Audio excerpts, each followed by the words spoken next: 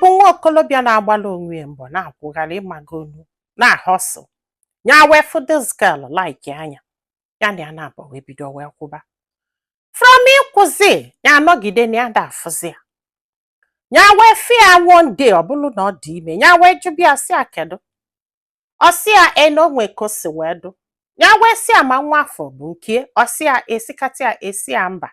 Sị ya na ọ bụgodu nọ nke na ya adịrọ interested ịnụ di kịta. Na ọ gwarọkwa ya na ọ na-anụ di o. Ya wee gba nkịtị, o mesikwa bịakwa fa na-abọ kwuwakwa again o. Ya bunyite akụkọ dị nwa ọ na-akụchapụ ya akụchapụ. Ịghọta, ya gbanụ nkịtị si mebi no. Ya fụkwa ya afọ ime ọzọ. By the time ọ ga-adị ime ọzọ na o nwere ike kwezielu ka anụ bịa. Mana ọ mụrụ nwa nwaanyị. Ịghọtago maka na ya fụrụ ya na picture na phone ya. So fada abụọ na-akwụkwọ a kwugidezie na ada afụzi ya. Anọgidekwe ha afụwakwa ya na ọ na-akpọkali ya ma ọ nọlụ na Shoprite like onwe bọsọ ọ ga-eje shopping. Ọ sị anya bịa n'ebe dị otu ya bịanye gonye bịa ife gonye si enye. Ya gbara na this girl nwere enyi nwoke ọzọ ya na ya na-abọ na-akwụ. Ọnụ wondo wee kpọọ ya sị ya na ya nọ n'ebe a na-eme shopping ya bịa. Ya wee jebe wee luo o wee gosisi ya ife ya chọọ ịmagolu ka ya gote certain things ya ga-enye nwa. Gosie ife nwa fana abụọ wee solo. Wee kolo akpa ife nwa wee na-apụta. Na ya sekpuye n'aka ahụ. Ịghọtago. Na nnekwa anọda guy ya na ya na-abọ na-akwụ. Na the guy na-ewe iwe ọkụ na ya nwa na-ewekwa iwe ọkụ. N'ihe afụzikwa na the guy bịakwutere ya wee jụbịa sị kedu onye bụ ife anya na ya na-abọ. The lady sị biko ya hapụ ya aka. Ịghọtago. Ya nwa wee feel enu embarrassed ka ihe na-ajụrụ nwaanyị ya na ya na-abọpụ. Ife ya na ya na-abọ deme. Ya wee push the guy aka sị anya kpachara anya. The guy wee push onye aka o pushuru ya sụrụ ike na. Ya wee binite ọgụ wee sụfa na abụọ wee nụba ọgụ. Ọgụ afọ ka na-anụzi na fa ekwere ogbugbo. Na fa gbara na ọgụ fa na-anụ nọ n'isi nwunye mmadụ. Nwaanyị fa na-anụ n'ọgụ tụtụlụ fonu kpọọ die. Die wee bịa tụtụlụ fonu kpọọ eke. Eke wee bịa wee bukọlụ fa ncha niile jebe station. Ọ sị m nne ka fa lu na station. Ha niile wee debe statement. Ya wee na-agwa ndị eke wee na-asị ha na nna etinye asị malụ this girl. Even na ọmụgoli ofu nwa ya na-eche ka ama ma ha ga-amụtakwu ka ya wee jee mee ege ịmagolo ụdị ife anwa. Ndị eke wee mụba amụ wee mụsa m wee sị ha na ifela ada ebu ụlọ na-abọ n'ụlọ na-eti ọkpọ n'isi nwunye mmadụ. So according to ndị eke wee sị na data ụgbọala na di enwere nsogbu na di ezuru ezu na nwoke. Fana abụọ wee decide ya na nwaanyị ga-eje n'ụzọ je tụta ime bịa na-amụlụfa nwa. Ịghọta kịta ife ya na di ekpa. So na di enwala maka na ndị eke si na mgbe ha na-ajụzi duman wee si na onye nke mụọlụ ya the first nwa.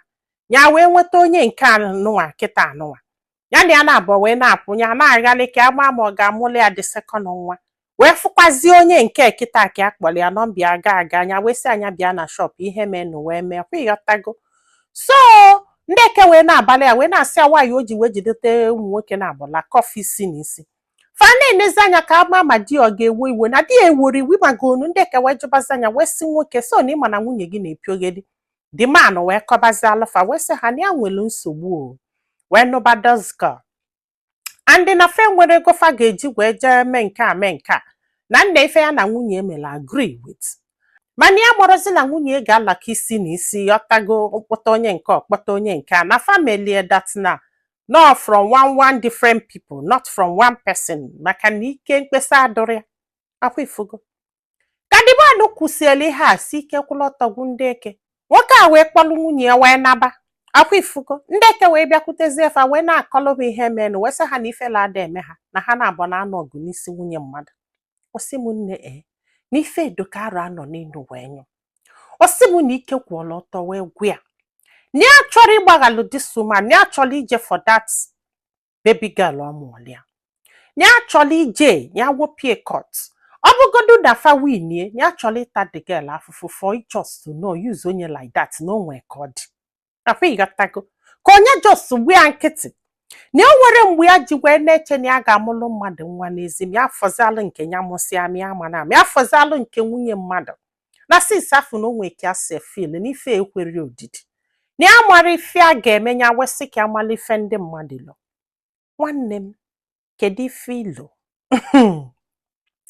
Kedu ihe ọdọgọkọ this guy mee na onye je for the baby onya wepụ okwu court ọdọgọkọ ọ ga-ekpegbu?